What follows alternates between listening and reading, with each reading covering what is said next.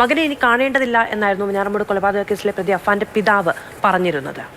എന്നാൽ തെളിവെടുപ്പിനായി എത്തിച്ചപ്പോൾ അഫാനെ കാണാതിരിക്കാൻ റഹീമിനായില്ല. അടുത്തുള്ള കടയ്ക്ക് മുന്നിൽ നിന്ന് അഫാനെ റഹീം കാണുന്ന ആ ദൃശ്യങ്ങളിൽ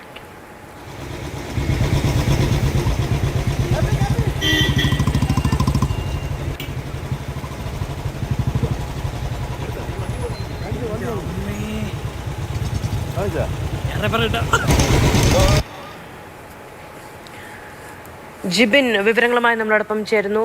ജിബിൻ, ഈ മൂന്നാം ഘട്ട തെളിവെടുപ്പിന് വേണ്ടി അഫാനെ അവിടേക്ക് എത്തിക്കുന്നു. നമ്മൾ റഹീം നോക്കിക്കാണുന്നു. അദ്ദേഹത്തിന്റെ കുടുംബം തന്നെ ഇല്ലാതെ പോയി. അതിന് കാരണമാകുന്നത് സ്വന്തം മകൻ തന്നെ ആ ഒരു സാഹചര്യമൊക്കെയുണ്ട്. അതിനൊപ്പം തന്നെ നാട്ടിലുള്ളവർക്കും അല്ലെ, ആ നാട്ടിൽ അടുത്ത കാലത്തുണ്ടായ ഏറ്റവും വലിയ ദുരന്തം എന്ന നിലയ്ക്ക് തന്നെ പറയാൻ കഴിയുന്ന ഒരു സംഭവത്തിലെ പ്രതിയെ അവിടേക്ക് എത്തിക്കുകയാണ്. എങ്ങനെയായിരുന്നു ആ പ്രതികരണങ്ങൾ? മധു, ഈ വെഞ്ഞാറമൂട് കൂട്ടക്കൊലപാതക കേസിൽ എല്ലാം നഷ്ടപ്പെട്ടത് എന്ന് പറയാൻ നമുക്ക് സാധിക്കുന്നത് റഹീമിനാണ്. കാരണം ആ വിദേശത്തിരുന്ന് ഇത്രയും കാലം കഷ്ടപ്പെട്ടുണ്ടാക്കിയ അദ്ദേഹത്തിൻ്റെ എല്ലാം ഈ ഒരു കൊലപാതകത്തിൽ നശിച്ചു. അത് എല്ലാം നഷ്ടപ്പെടുത്തിയത് സ്വന്തം മകനും കൂടിയാണ്. അതുകൊണ്ട് ഏറ്റവും ദുഃഖകരമായ അവസ്ഥയിൽ നിൽക്കുന്ന ആളും റഹീമാണ്. അതുകൊണ്ട് തന്നെയാണ് തൻ്റെ എല്ലാ കാര്യങ്ങളും നഷ്ടപ്പെടുത്തിയ മകനെ ഇനി കാണേണ്ടതില്ല എന്ന് റഹീം പലതവണ ആവർത്തിച്ച് പറഞ്ഞത്.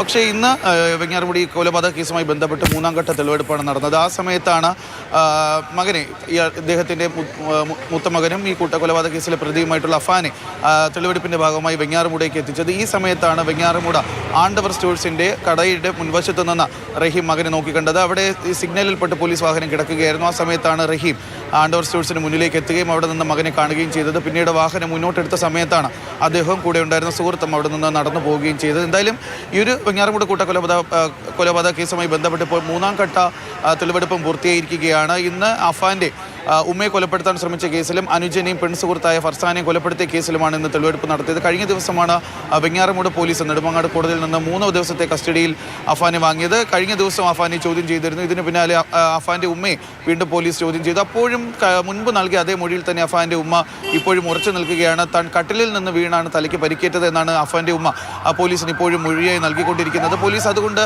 വീണ്ടും അവരോട് പലതവണ ചോദിച്ചുവെങ്കിലും ഉമ്മ ആ മൊഴിയിൽ തന്നെ ഉറച്ചു നിൽക്കുകയാണ്. മറ്റൊരു ആവശ്യം കൂടി അവർ പോലീസിനോട് പറഞ്ഞു. തനിക്ക് തൻ്റെ ഒരു മകനെ നഷ്ടപ്പെട്ടിരിക്കുകയാണ്. അതുകൊണ്ട് മറ്റൊരു മകൻ ഇപ്പോൾ ജയിലിലാണ്. എങ്ങനെയെങ്കിലും ആ മകനെ വിട്ടുതരണമെന്ന് പോലീസിനോട് അഫാന്റെ ഉമ്മ ഒരു അപേക്ഷയായി പറയുകയും ചെയ്തു. അതായത് നേരത്തെ നമ്മൾ പറയുന്നതുപോലെ അഫാന്റെ ഉപ്പയ്ക്ക് എല്ലാം നഷ്ടപ്പെട്ടു, പുറത്ത് ഏകനായ മനുഷ്യൻ ജീവിക്കുകയാണ്. പക്ഷേ അഫാന്റെ ഉമ്മയെ സംബന്ധിച്ചിടത്തോളം അഫാൻ 2 മക്കളാണുള്ളത്. അതിൽ ഒരു മകൻ മരിച്ചു. ആ മകനെ കൊന്നത് മൂത്ത മകൻ കൂടിയാണ്. തന്നെ കൊലപ്പെടുത്താൻ ശ്രമിച്ചത് മൂത്ത മകനാണ്. അതുകൊണ്ടായിരിക്കണം ഈ ഉമ്മ ബന്ധങ്ങൾ കൂടി ഉള്ളത് കൊണ്ട് സ്വന്തം മകനെ രക്ഷപ്പെടുത്താൻ വേണ്ടി ഇത്തരത്തിൽ കൂടി നൽകുന്നതെന്നാണ്